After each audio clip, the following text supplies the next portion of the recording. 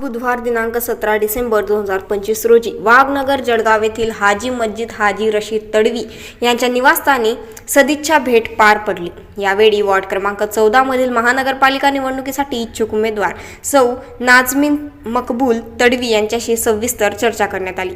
या भेटीदरम्यान माजी केंद्रीय मंत्री श्री जयसिंगराव गायकवाड साहेब, माजी आमदार श्री संतोष भाऊ चौधरी, माजी जिल्हा परिषद अध्यक्ष श्री दिलीप खोपडे, राष्ट्रवादी काँग्रेस शरद पवार गट जिल्हाध्यक्ष श्री प्रमोद पाटील साहेब, हाजी एजाज मलिक साहेब, राष्ट्रवादी शहर अध्यक्ष श्री अशोक लाडवंजारी, श्री सुनील माडी, माजी नगरसेवक श्री रिजवान खाटिक, समाजसेवक श्री रहीम तडवी, श्री रियाज काकर, श्री नईम खाटिक, श्री मुस्तू मिर्झा, श्री फिरोज खान, श्री ईसा बेपारी व श्री सिकंदर मनियार यांची उपस्थिती होती।